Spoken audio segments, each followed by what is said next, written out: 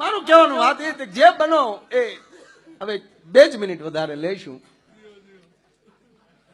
જે બને માણસ જે બન્યો હોય પરફેક્ટ બને એટલે એમાં 100%. બાપુ એક માણસ એક બહુ મોટું મંદિર હતું, એક નાનો પ્રસંગ લઈ લો. એ મંદિરની અંદર એમાં કોઈ સંત મહંત કે કોઈ નહોતું, બધા ટ્રસ્ટીઓ હતા અને એની અંદર બધા કર્મચારીઓ હતા. આરતી ઉતારવા વાળો પગારદાર, ઝાલર વગાડનાર પગારદાર, નગારું વગાડનાર પગારદાર, શંખ વગાડનાર પગારદાર. એમાં એક જે ઝાલર વગાડતો અને આરતી જ્યાં ઠાકુરની જામે એ ઝાલરમાં એટલો બધો ખોવાઈ જતો તાલમાં, અને ક્યારેક ક્યારેક પોતાના આંગળા મળે ઝાલર હારે લાગવા, આંગળી ફાટી જાય, લોહીના રગેડા કોણી આવે, એને ભાન ન રહેતું દેહનું. બાપુ આ મંજીરા વાળા કે આ તબલા વાળા વગાડે, આવું બાપુ 2-5 હજાર હાટો વાગતા હશે.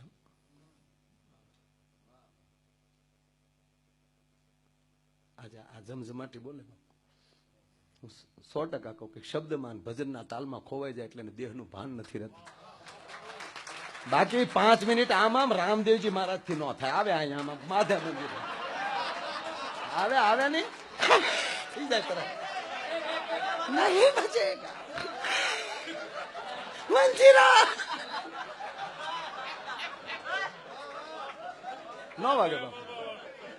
અરે છોડો આને નાને અહીંયા બેહાડો બાપુ, તાલ વગર ને સુર વગર ને ભજન વગર 5 મિનિટ વગાડી દે, મારા આખા વર્ષનું પેમેન્ટ આપી દો. ન વાગે. પણ જયારે તાલમાં સુરમાં ખોવાઈ જાય છે ત્યારે એને દેહનું ભાન નથી રહેતું. અને કાક બાપુ તો એ કહેતા બાપુ કે જે કામ કરતા થાક લાગે, માનજો તમે વેઠ કરી છે, અને જે દિલથી ભાવથી કરો એનો કોઈ દી થાક ન લાગે. ભગત બાપુ કહેતા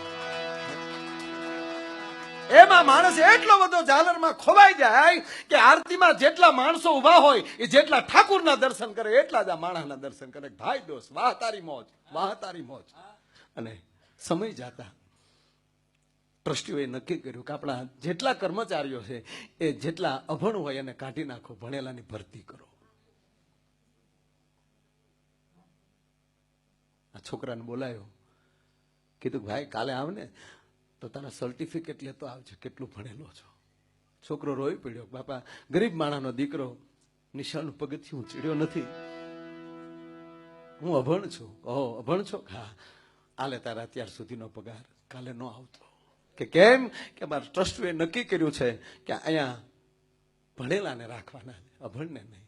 ત્યારે છોકરો બાપુ રડતો રડતો એટલું જ બોલ્યો, મારા ભણતર કરતા મારો ભાવ તો જુઓ તમે, કે અહીંયા ભાવની કિંમત નથી ભાઈ, અહીંયા તો અમારે સર્ટિફિકેટની જરૂર છે. એ માણસ વયો ગયો. ઓલા રોજ બાપુ આરતીમાં આવે, માણસને નો જોવે ને તો અંદર અંદર વાતું કરે, બીમાર પીડ્યો હશે, બહારગામ ગયો હશે. પણ 1 દિન 2 દિન ન થાય ગયા અને 3જે દિન ન રહેવાનું. ટ્રસ્ટીઓને મળે છે ભાઈ ઓલો રોજ આ ઝાલર વગાડતો એ છોકરો ક્યાં ગયો? બીમાર છે, બહારગામ ગયો? બીમારી નથી, બહારગામે નથી ગયો, એને મેં કાઢી નાખ્યો. કેમ? એ અભણ હતો. એનું સરનામું આપશો? હા, એનું સરનામું લીધું. બાપુ ભલે કાંઈ ન હોય પણ કરોડપતિ માણસો સરનામા લેવા મળે ત્યારે માનવાનું સદગુરુની કૃપામાં ઉતરી છે, બાકી બીજું કાંઈ નથી. આમાં કાંઈ એક ઝાલર વાગતી હતી બાપુ, બીજું કાંઈ નહોતું. અને કહેવાય છે કે જે શેરીની અંદર કોઈ દી બકાલાની રેકડી ન આવી હોય એ બજારમાં બાપુ 4 વ્હીલ મળી આવવા. બોલો ક્યાં રહે ભાઈ? આગળ આગળ આગળ ઝૂંપડામાં રહેતો થઈ માણસ. નામ નહોતા કોઈને આવડતા પણ જોઈ ગયો મંદિરમાં ભેગા થતા એટલે ઓળખી ગયો કે આ રોજ મંદિરે ભેગા થાય એ છે. હળી કાઢીને મારે બાપા અહીંયા ભૂલા પીડ્યા કાંઈ શું થયું? કે ના તારી પાસે આવ્યા. કેમ નિશાળે નથી આવતો? સોરી, કેમ મંદિરે નથી આવતો? કે મને કાઢી નાખ્યો. થોડીક શબ્દોની મારામારી. ઓ પગાર હાટો આવતો એમને? કે હા, શરૂઆત તો એવી છે, પણ હવે મને એવા પડી ગયા છે, હવે મારા ઠાકોરના દર્શન ન કરું તો મને ખાવું ભાવતું નથી. હું 2 દિવસ જમ્યો નથી. તો કેમ નથી આવતો? કે હવે આવું તો મને ભઠપ લાગે કે ઓલા ટ્રસ્ટીઓને એમ થાય કે આને પાછું રહેવું લાગે એટલે આવતો લાગે. હવે હું એવા મોટા બાપનો દીકરો થઈ ગયો છું, કોઈની ભઠપ ખમી શકું એવી મારી પરિસ્થિતિ નથી. હવે હું ભઠપ ન ખમી શકું. અને એમાં બાપુ એમ કહેવાય કે ચારેય મિત્રોએ હામું જોઈ લીધું અને પછી એને ધીરે ધીરે ખંભે હાથ મૂકીને એટલું કીધું કે તારી ભઠ ભાંગી નાખી તો કે કઈ રીતે કે મંદિરની સામે એક જગ્યા છે એ જગ્યા અમે ખરીદી લઈએ ત્યાં તને એક દુકાન એક શોપ બનાવી દઈ મંદિરના ટ્રસ્ટીઓને થાય કે આ તો દુકાન છે ઘરનો વેપાર કરે છે હવે આને નોકરીની જરૂર નથી પછી તો આવી કે ને અરે તો ત્રણે ત્રણ આરતી લઉં પણ બાપા હું ગરીબ માણા કે એ ગાંડા એક મંદિરમાં રોજ ભેગા થતા એ નાતે એક ભગવાનના દીકરાના એક નાતે આપણે ભાઈઓ નો કહેવાય કોણે કીધું તું મારો ભાઈ નથી અને બાપુ લીધો એ બાળા લે કાંઈ નથી એક ઝૂંપડામાં જીવે છે પણ કલા કેવલ ભાવ જ એટલો કે ઝાલર જ વાગતી હતી અને એમ કહેવાય છે કે પછી એક દુકાનમાં લી બે દુકાન બે માં લી પાંચ એમ કરતા કરતા બાપુ આ પાંચેયનું એક ટ્રસ્ટ બન્યું કમિટી બની એક ઇન્ડસ્ટ્રીઝના માલિક બન્યા ચેરમેન બન્યો આ ઝાલર વાળો મર્સિડીઝ ને BMW લઈને આવતા હતા પણ ઝાલર ઈ નહીં હો બાપુ ઝાલર ન મૂકી પછી તો કઈક નોખી ઝાલર વાગતી હતી અને હાવ ટૂંકી વાત ઘટના એવી ઘટે એ મંદિરનો જીર્ણોદ્ધાર આવ્યો ટ્રસ્ટીઓ આ શેઠ પાસે આવે કાચમાં બારીમાં જોઈ ગયા કે ટ્રસ્ટીઓ આવે બાપુ ગુરુની કૃપા ન હોય ને થઈ જાય ને તો કેવું થાય ખબર કે આવ્યા મારા દીકરા મને કાઢ્યો થોઈ આ ભાવ આવે તેથી માનજો તમારા ગુરુની કૃપા હટી ગઈ તળ કીડી મળી તમારા મૂળિયાની અંદર લાગવા પણ બારણું ખોલીને બાપુ બારો આવ્યો હોય મારા અરે મારા બાપ તમે આયા મારે ઓલે મને ફોન કર્યો તો હું આવત ત્યાં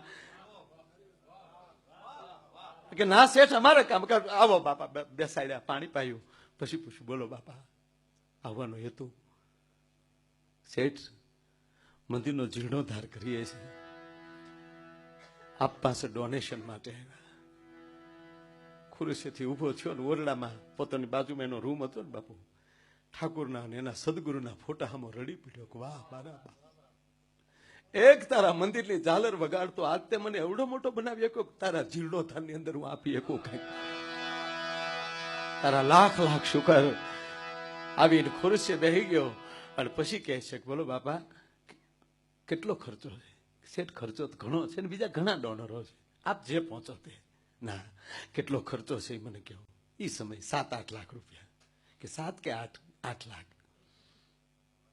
બીજા ડોનરો હોય તો મંદિરનું બીજું કામ કરજો પણ 8 લાખમાં એક રૂપિયો બીજે લીધો તો તમને રામ દુહાય છે આ બધા હું આપું છું અને કહેવાય છે કે મેનેજરને બોલાવ્યો અને કીધું ચેક તૈયાર કરો અને આ ટ્રસ્ટીઓને આપી ગયો આ ટ્રસ્ટીઓ ભૂલી ગયેલા એને તો ખબર નહીં કે આપણું ઝાલરિયું અહીંયા પહોંચ્યું એને વેમ ન હોય ને બાપુ કે આપણે અહીંયા પહોંચે તો વેમ જ ન હોય ચેક તૈયાર થયો એટલે ટ્રસ્ટી ઉતાવળા થઈ ગયા વિચાર ફરે પેલા હબ સહી કરાવી લેવાય મેનેજરની પહેલ ખેંચી લીધો ચેક લાવલો ઓકે ઓકે બહુ સરસ ગુડ ગુડ એકચ્યુઅલી તમારા શેઠ તો એટલે ગયો તો કરા યાર કરણ જેવું કામ કરે ગયા અને ઘરની પેન આપી કાલ્યો શેઠ સહી કરી નાખો સહીનું કીધું ને ફરી વાર રોઈ પીડ્યો બાપા માફ કરજો મને સહી નથી આવડતી મને સહી મેનેજરનું ખાતું મારું હાલે છે બેટા સહી કરી ગયો છતાં ચેક રિટર્ન થશે તો કેસ આપી દઈશ ચિંતા કરતા નહીં પણ એક ટ્રસ્ટથી બાપુ ન રહેવાનું કહો હાવ પણ હાવ હાવ મગન ને બે હારે ભણતા ઓ શેઠ અક્ષર જ્ઞાન બિલકુલ નહીં બિલકુલ નહીં અરે શેઠ તમે બિલકુલ અભણ હોવ અક્ષર જ્ઞાન ન હોય અને છતાં જો તમે એટલી પ્રગતિ કરી તો ભણેલા હોત તો તમે કેટલી પ્રગતિ કરી હોત ઓલો કે હજી ઝાલર વગાડતો આ ભણતર નથી જોતો મારા બાપ ભાવ જોવે છે એ ભાવ હોય ને ત્યારે આ બધું થાય એવા ભાવથી ઠેઠ કચ્છમાંથી એક હાવજ આવ્યો બાપ એ ડેરો નામ છે